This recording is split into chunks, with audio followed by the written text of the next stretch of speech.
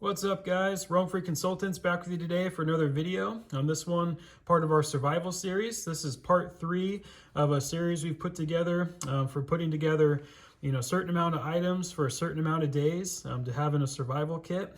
This video today, we're going to be looking at 10 items that I would take with me to survive for 10 days out in the wilderness or in the backcountry. We're going to assume, for this challenge, that this would be, during kind of the wet season here in the Pacific Northwest, sometime between like January through March. So not great weather, not a super, warm summer night or anything like that, but 10 days in the backcountry, 10 days and 10 nights having to survive with these 10 items. We'll take you through what I picked out and some of the reasons why I chose them. So first here is just a big old thing of peanut butter. This is the Costco size thing of Jif, pretty awesome calorie setup here. There's 190 calories per serving, and in this one container there's 41 servings. So if I do my math real quick, that's over 7,000 calories, like getting close to almost 8,000 calories from one container. If you can only have one item, this is pretty much packed with protein, essential calories that you need, sugars, carbohydrates to help you, get going and survive for a while. So I would definitely stick with that. Next up here is a decent quality folding saw. You might also check out the Baco, Laplander, or some of the Silky saws would probably be more ideal. This is kind of a generic saw I have here that I carry on my dirt bike as part of my dirt bike kit. If I need to cut down limbs and stuff on the trail. But always good to have a good quality, sharp folding saw. This one has a little more capability than something smaller that you would find on like a Leatherman or a Swiss Army knife. Just to help with, processing firewood, cutting up limbs for your shelter. Always good to have a good quality saw. All right, next up here is just a good quality headlamp. This one is by Petzl. Other good companies out there like Black Diamond, Pelican. You really can't go wrong with a lot of those ones as well. Petzl is a great brand, very durable headlamp.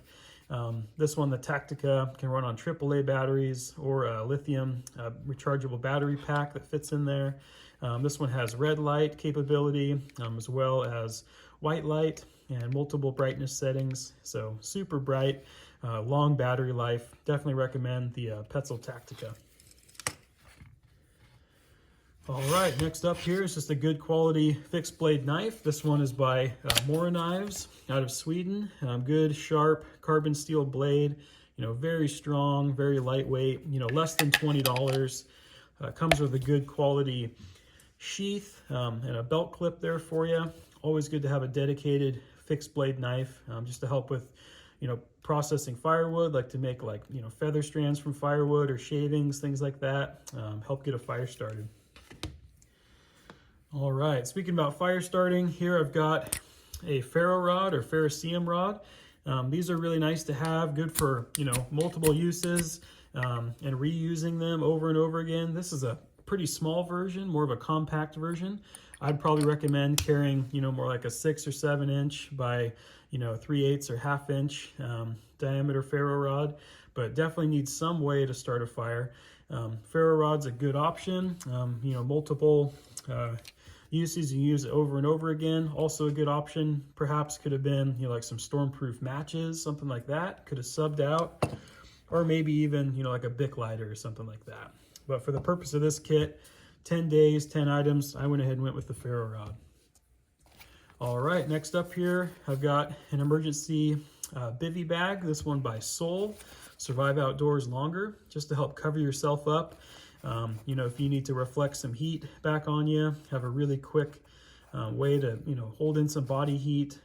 If it's cold out here, it gets down, below freezing between, January and March here in the Pacific Northwest, you definitely need to stay warm. So getting a fire started and having some form of a decent shelter is a must, and really, should be your first priority, is getting a shelter and getting fire going. So I would say a bivy. Next thing here is some good Cordage. This here is bank line. You know, paracord is also a good option. Survival cord, you know, 550 cord. Even just basic, you know, nylon rope or jute twine or something like that is a good option. But this bank line, you can carry a lot in a small setup here. Pretty lightweight, very strong, you know, over 30-pound test here. Multiple uses, you know, for tying up pieces of your shelter, you know, tying up a tarp, you know, making repairs to items. You know, if you break a shoelace, something like that, something silly like that, this could help fill that need too. It's always good to have some cordage, and also kind of a hard thing to easily replicate, you know, in nature or in like an emergency or disaster situation really quickly. All right, next up here, I've got a clean canteen, single wall stainless container. This is really good to be able to carry water, but also important to have that single wall stainless container in order to purify water. Once you get your fire going, you just go up to your water source. If you get this filled up with water, it could be, you know, questionable water, that's okay, because you put this in your fire there, let it boil, then it'll be safe to drink. So always good to have a way to carry water.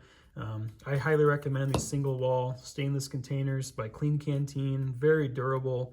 I've had this one for years and it's held up really, really well. All right, next up here, it's kind of an insulating item, a little more of a luxury item here. Inside of this bag is actually a poncho liner.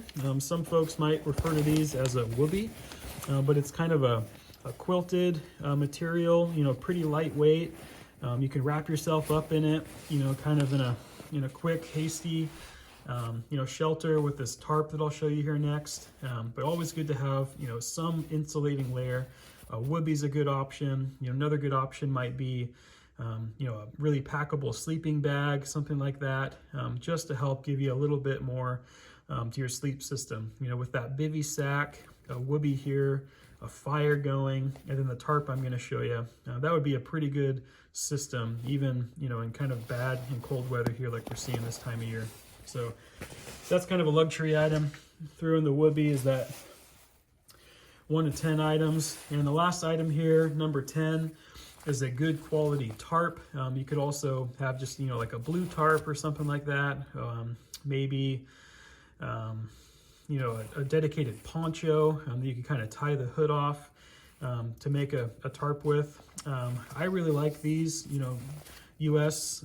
Military surplus ones. These were issued to Marines. Very durable, you know, very heavy duty, you know, stitching, very strong grommets. This one also has snaps. It can be snapped together. You can wrap yourself up in this kind of as a, you know, makeshift poncho.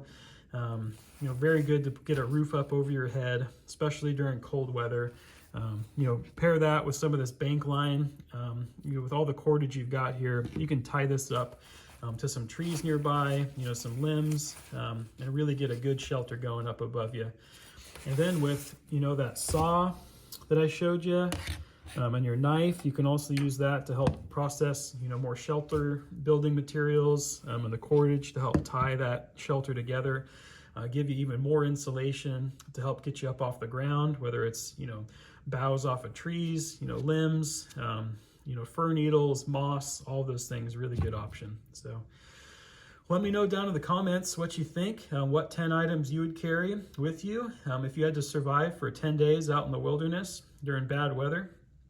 Let me know what you think of these items, and if you have any experience using any of these, or, you know, being in a bad situation where one of these items would have been good to have. So that's it, everyone. Don't forget to like, comment, subscribe. If you like seeing more content like this, it definitely helps to support the channel. And yeah, that's it for today, you guys. Stay safe, stay prepared. We'll catch you next time.